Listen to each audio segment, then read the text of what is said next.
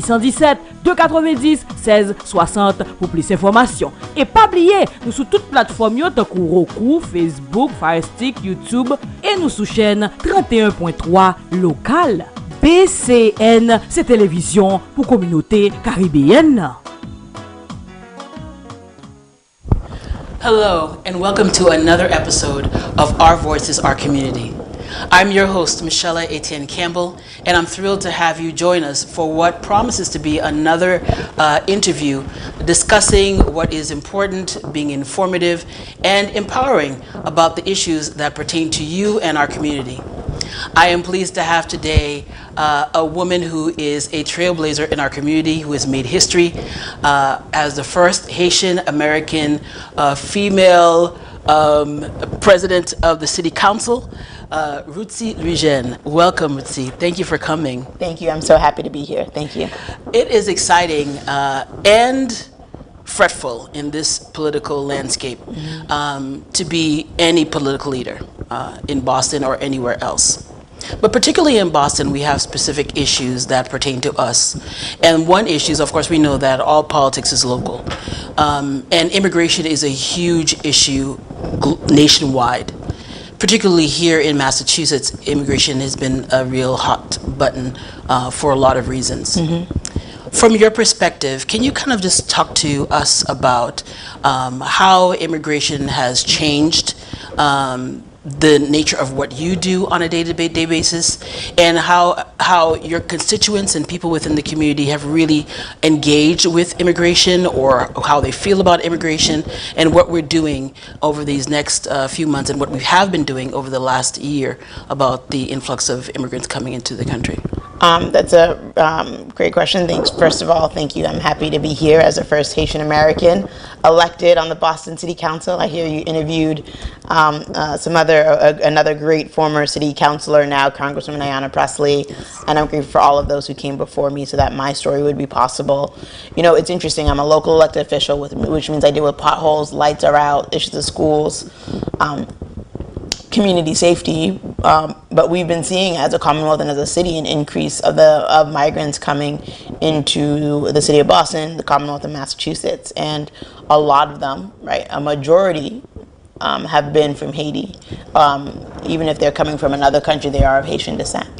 And so I think what has changed for us in Massachusetts is that typically the sort of immigration that we get, Haitian community immigration, let's just say, is people who are coming. There's a cousin here, or there's a right. family member here, or a friend, or something else that is an impetus for folks to come to Massachusetts. What we're seeing now is people coming with sort of no connection, right, with no one to put them in a home, with no support, and that's really, really difficult. Geographically, we're not a border state, and so we haven't had to deal with people coming into the state. And so it has presented a real resource challenge for the city and the Commonwealth. But we also need to remember that we are a Commonwealth that is welcoming to all, and a city that is welcoming to all. We are stronger with our immigrant populations. When we have shortages in the labor and the workforce like we do now, in hospitals and some nurses and bus drivers, we historically, this country has filled them through immigration. And so it's both there's been some benefits and there's been some stressors on our systems, right? And then you get people saying all the time, well, I'm a senior, I should have housing. I'm a veteran, I should have housing. Why are migrants getting housing before I do? Well, I believe that we can walk and chew gum, but we do have a housing crisis here in the city Absolutely. of Boston. And so it's definitely been challenging. I like the fact that you've kind of led into my next question with regards to housing. And with regards to a lot of social resources that people who live in Boston, who are citizens of the United States, often say that immigrants are pulling from their resources. We saw, the 45th president say that immigrants are taking our black jobs, whatever that may mean. But I've also heard that locally. I've also heard that from people in Massachusetts saying, hey, the cost of living is rising. I can't afford food at the supermarket, even though I'm working hard, but an immigrant come in and they have full food stamps, they have full medical, they have, everything they need. There's an imbalance here. What do you say to constituents that say that? Anyone who needs mass health and health insurance is able to get it and should be able to get it here in the Commonwealth of Massachusetts. Housing is hard. And one of the issues around housing that makes it difficult is that in Massachusetts, we are a right to shelter state for families. So if there's a family that's here, we are obligated under the law to shelter them. What is generally true is that if you are struggling to pay rent, but you're paying rent and you're living in a unit and you're looking for something, or maybe you're living with your mother or you're living with a family member in a way that's not identified as homelessness and you can't find something on the market, it is being and living in a shelter. It's not a fast track to getting a supportive, to some sort of support for housing, and it's not for migrants versus non-migrants, but people in shelters. Our government does not want anyone staying in a shelter for a very long time. And so with our really working really hard to try to get people placed into permanent housing. And that's true if you're an immigrant or if you're not. So again, I don't think anything is a zero-sum game. I don't ascribe to putting people against each other. I care about our senior citizens. I care about our veterans. I care about our disabled and our differently abled. And I care about our immigrants and our migrants. I care about everyone. One of the things that we need to make sure that we are watching for is making sure that we are helping people also apply to jobs. So those who are getting some sort of assistance, even if oftentimes it's a form of temporary assistance, they'll be able to subsist on their own after a while. That's why jobs is very important. We in the city of Boston have a number of vacancies, and if there are people who are interested in working for the city of Boston, boston.gov/careers, a lot of job opportunities. But in reality, are these vacancies that immigrants that are just coming into the country actually can come into? Because a lot of them have language barriers. So the types of jobs that they're able to do are definitely going to be, jobs that, Yeah, well, that was a disclaimer for all jobs, for anyone, if anyone is looking for work. The Parks Department has seasonally hired some new arrivals who aren't able to speak English but are able to work in parks. But yes, that is correct, Michelle. When you're looking at folks who are arriving who are eager, I've been at job fairs and I've seen tons of new arrivals, and I'm the one translating for them.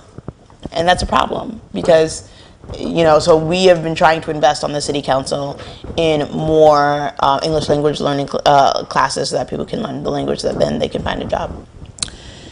Let's go into housing. Housing is an issue. It's been an issue for Massachusetts for a long, long time. And, of course, the cost of living in Boston is astronomical. It has been astronomical. And there are a limited number of available affordable housing for individuals who are here. Compound that, everything is going to be focused on the migrants coming in. Compounding the number of migrants coming in and finding places for them to stay, is that adding to the problem of housing? Affordable housing for our community? It's not making it any easier. It's not, yeah. Yeah, it's not making it any easier. Yeah, because the thing is, housing is a human right for everyone, and then people have a better outcome. They have better outcomes. Their children are safer if they have a place to call home. And so, but I always say, it's really important. If we want to deal with the migrant crisis, we have to deal with the countries that are from which people are coming. American foreign policy to Haiti needs to be significantly better. Right. And it needs to be run and in partnership with civil society in Haiti. And so if we are really talking about what is it going to take to stem the migrant crisis, it takes a better Haiti. Yeah. And again, as I mentioned, all politics is local. What do you think, based on the fact that Massachusetts is a state that's opened for and shelters or supports migrants, what do you think will happen if in November Donald Trump becomes the president again? What will that look like for Boston? I'm not speaking into existence. That's why we all have work to do to make sure that we are going to the polls, getting people to go to the polls. We already saw what it looked like when he said some terrible things about the country of Haiti, when it was really hard for everyone who is not part of the good old boys club. And so we know what that looks like. We know what a worsening Supreme Court looks like. We know what all of that looks like. And so we have our work cut out for us, but we can't allow that to happen in November. But the reality is, it could. We can't say that it's not going to happen or we can't happen. But we have to plan. Yeah. Like, what would that look like? And so, in a way, kind of outlining for the community what it would look like. It's particularly our community, the Haitian community. Mm-hmm. What would it look like? Because some of us are not really excited about voting. Some of us have the opportunity to vote and don't vote because it's like, my vote doesn't matter. Mm-hmm. But once we really have an idea of what this is going to look like for you, if, one thing happens as opposed to another, it's important for them to kind of have an understanding. And how do we, as leaders in the community, help individuals to understand how important this is? The difference between the two candidates might seem trivial, and you might say, oh, one is old and the other one is older. Yeah. But think about the decisions that, just look at the Supreme Court. The positions of the Supreme Court, they're nominated by the president. Right. I would much rather see Joe Biden nominating people to the Supreme Court than I would want to see former President Trump. And so it's not just about, and look, neither president has been great on immigration, if we're being honest. Neither president. Not just the two of them. We're talking about presidents over the course of time. Over time. So, people make the argument sometimes, it's a lesser of two evils, but think about all the decisions that have to be made as president. And it's not just about do you like this person or do you not. It's about everything that they represent or what power you want to give them. And I feel more comfortable giving that power to Joe Biden by far than I do to Donald Trump. And that's how I think we have to look at it. Absolutely. I just want to kind of shift to talk about climate change and its effects even here locally. A lot of times, again, this network and this particular show is probably viewed by majority Haitian Americans. Mm-hmm. People in our community who live in our community probably don't really focus much on climate change. Mm-hmm. But climate change really does affect everything that's really taking place in our lives. Even down to, how hot it is in Boston right now, and how it's affecting people in our community, perhaps maybe more so than other communities, because of what they call, the heat island effect. Yeah. And can you describe that or explain that to the people who are watching? Yeah, it's in neighborhoods that don't have a lot of trees or green space and have a lot of cement. The heat island effect, then those are heat islands, and mm-hmm. So cement traps heat. So if you're in an area with a lot of cement, it's going to be warmer than you are if you're in like a field and there's grass, or a neighborhood that has a lot of grass. And we feel our heat island effect in Roxbury, in Dorchester, in Mattapan, in our low-income neighborhoods. And it affects them health-wise. Yeah, it absolutely does. A lot of our people have asthma. Whether you have heart conditions, whatever, your ability to walk or move around is really affected by that. Yep. What can be done, and what can the people ask the Boston City Council to help them with in terms of dealing with these issues? Is it that they need to have, maybe the ground's painted black so that the light reflects off of the roofs or whatever, mm-hmm. or maybe have solar panels, or what can be done to mm-hmm. assist our community in dealing with climate change? Well, we're trying to do some of it at the city, electrifying school buses. We're trying to remove a CO2 out of the atmosphere, and electric buses help us do that. We have building emissions policy that is all with the goal of eliminating emissions from our medium to large buildings by 2050. And so there's work that we're doing on the city council to strengthen and to strengthen our environment. I actually passed legislation to allow beekeeping, because beekeeping is important. Bees are important pollinators, and you know, if we're supporting more beekeeping, more likely we're going to have more luscious backyards and neighborhoods. And so everything big and small is part of the conversation when it comes to climate justice around our city.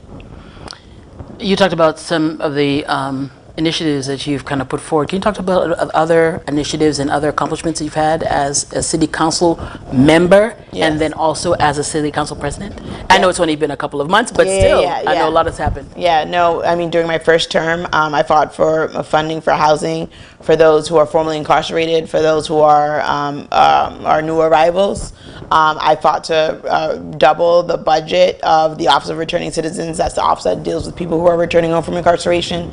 And for the first time ever, we had the city in that unit give out grants to nonprofits that are addressing issues of recidivism and that are really working to prevent people from going back into prison or jail.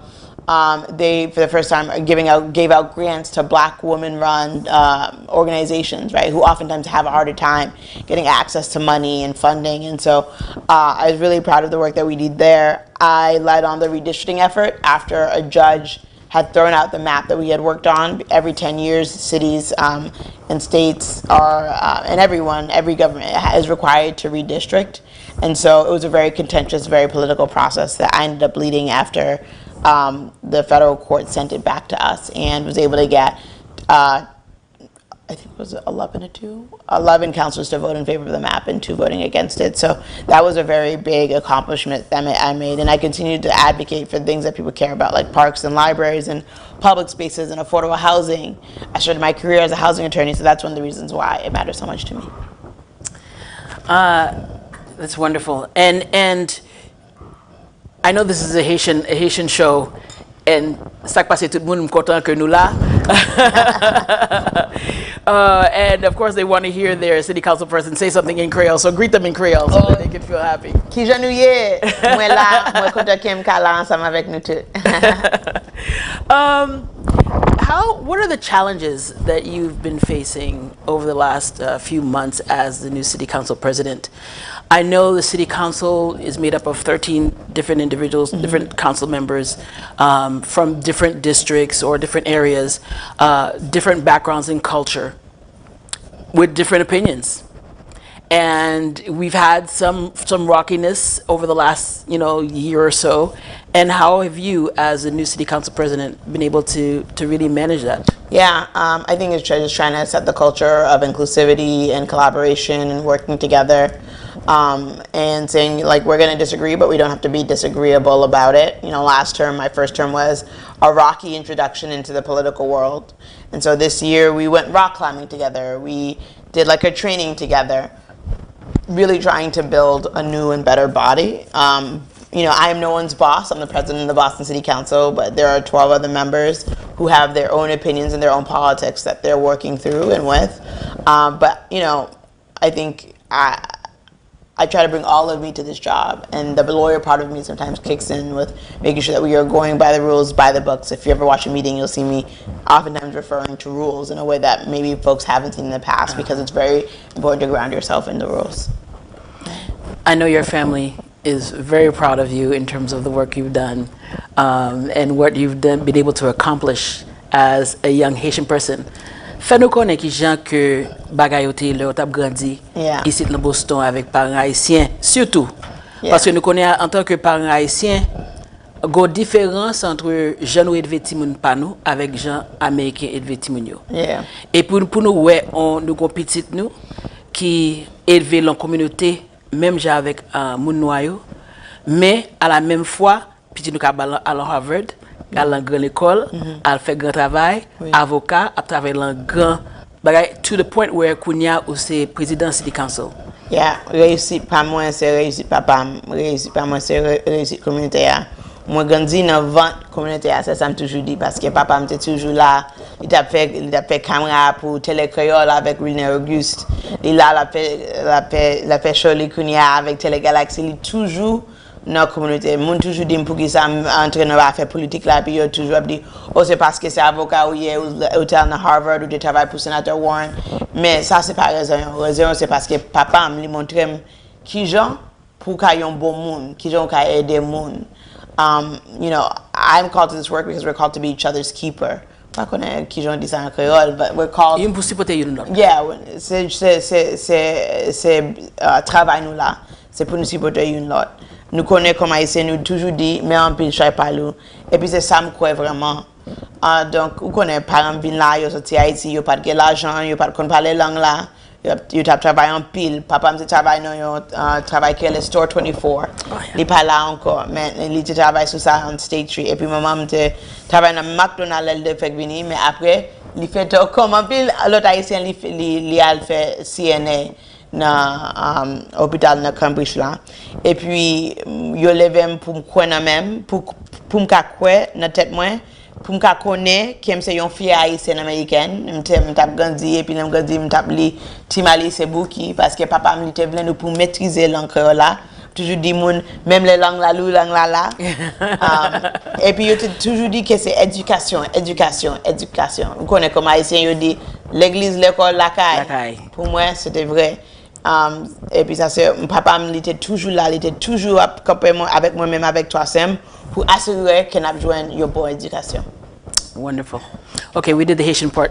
Parce que langue là, on connaît un petit pasteur dans l'église Bishop Nicolas, voix de l'évangile.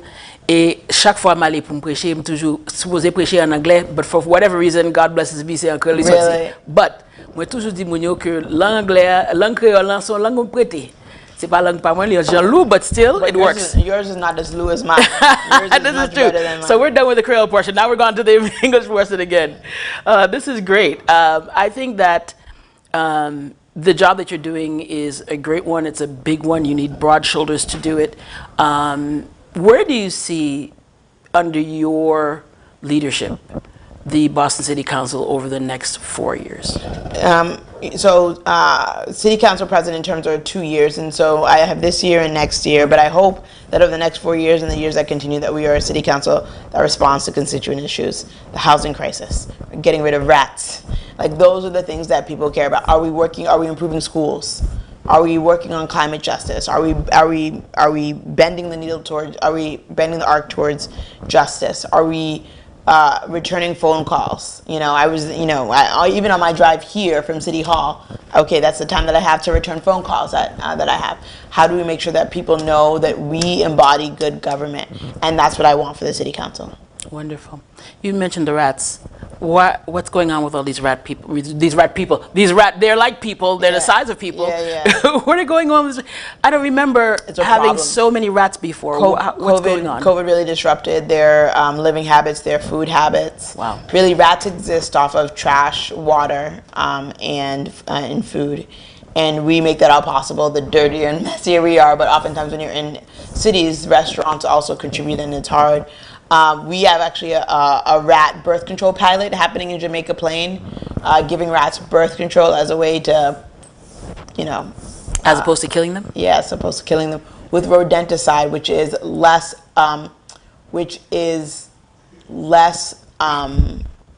safe and not as good for the environment, and it's harmful to children. So I think we're going to see rat poison, rodenticide going out the way, and then hopefully, you know, it's still in this trial stage, and so far we've only seen a 60% success with rat birth control, but you know, it's the way of the future.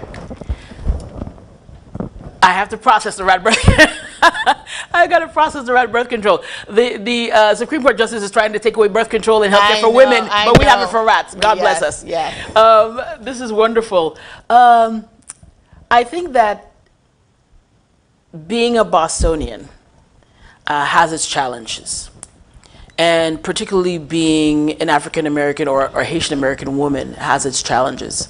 I'm sure it must have its challenges in leadership as well. What are the challenges in leadership that you're seeing, or are you seeing any particular challenges in leaders as an African or a Haitian American woman that you don't think perhaps your white counterpart or other predecessors have not experienced? Yeah, I still think that we're still a city that's embracing what it is, which is the true Boston one, where we have, you know, Haitian Americans, Irish Americans, Dominican Americans, Polish Americans, and we are all Boston. No one neighborhood owns it, no one group owns it, no one ethnicity owns it.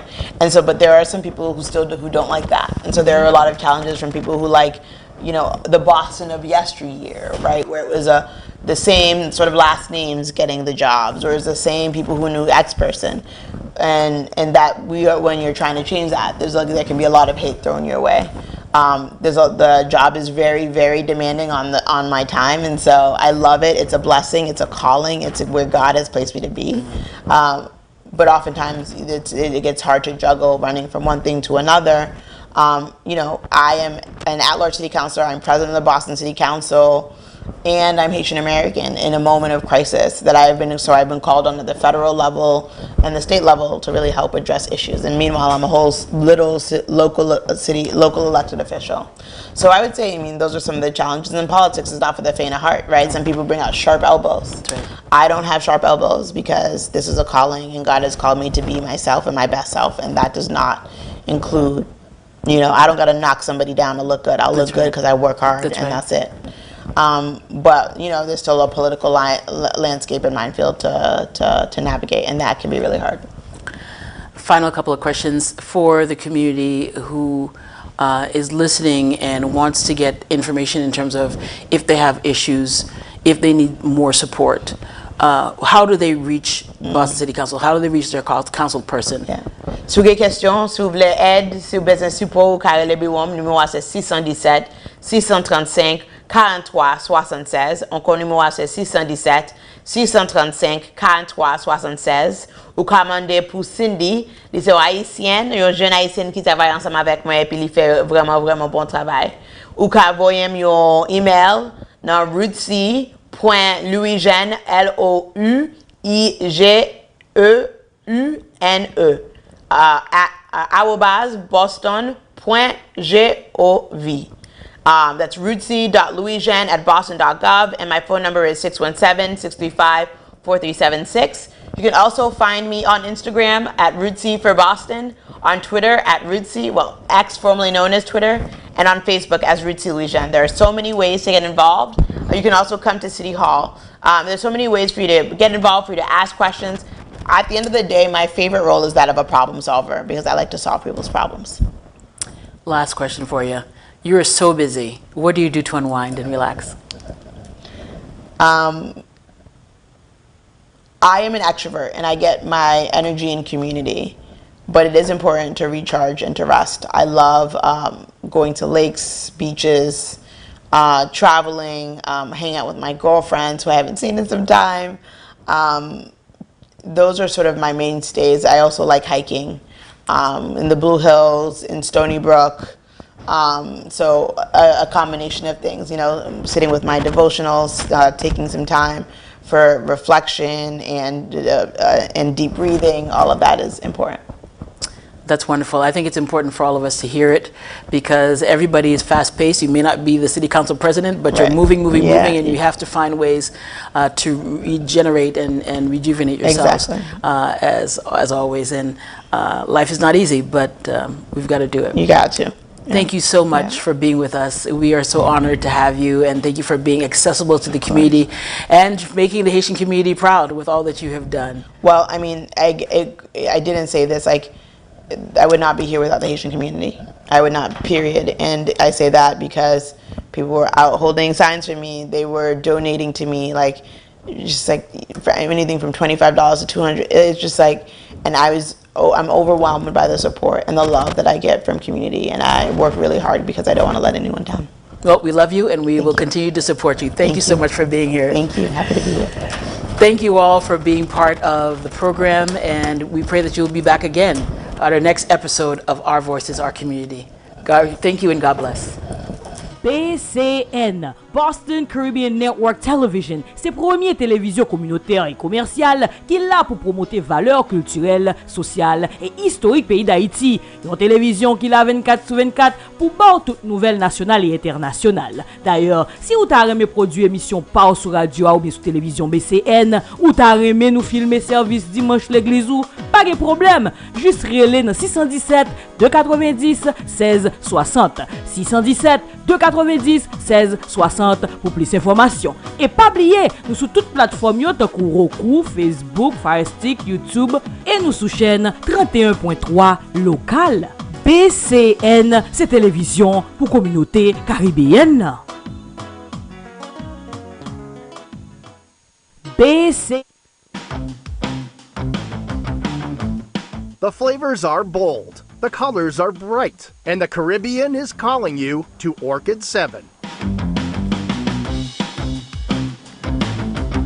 Located in the heart of Dedham Square, Orchid 7 Fusion Bar and Grill is an excitingly delicious spot bringing fresh new flavors to the suburbs south of Boston. Chef owner Marie-Jean Francois and her husband Claudison hail from Haiti and have brought the cuisine of the Caribbean with them. I like to describe Orchid 7 like a big giant living room where everybody welcome. Our focus here is the vibe, the music, the art, the ambiance that we offered, and our food is to die for. When you come here, not only the food is delicious, we want to create the experience, right? So you don't have to travel to the Caribbean, you can come here. Appetizers at Orchid 7 offer a little something for everyone, from colossal grilled shrimp with pineapple mango chutney, to Philly cheesesteak egg rolls with chipotle sauce, to fried plantain sliders topped with slow-cooked roast pork and creamy coleslaw. And if you want something cooked with passion and pride, Orchid 7 is the place. I always tell people this, if I cannot serve something to my family, I'm not serving it here. Cooking is really important to me. I still want to make sure when you go home, you're going to think about my food.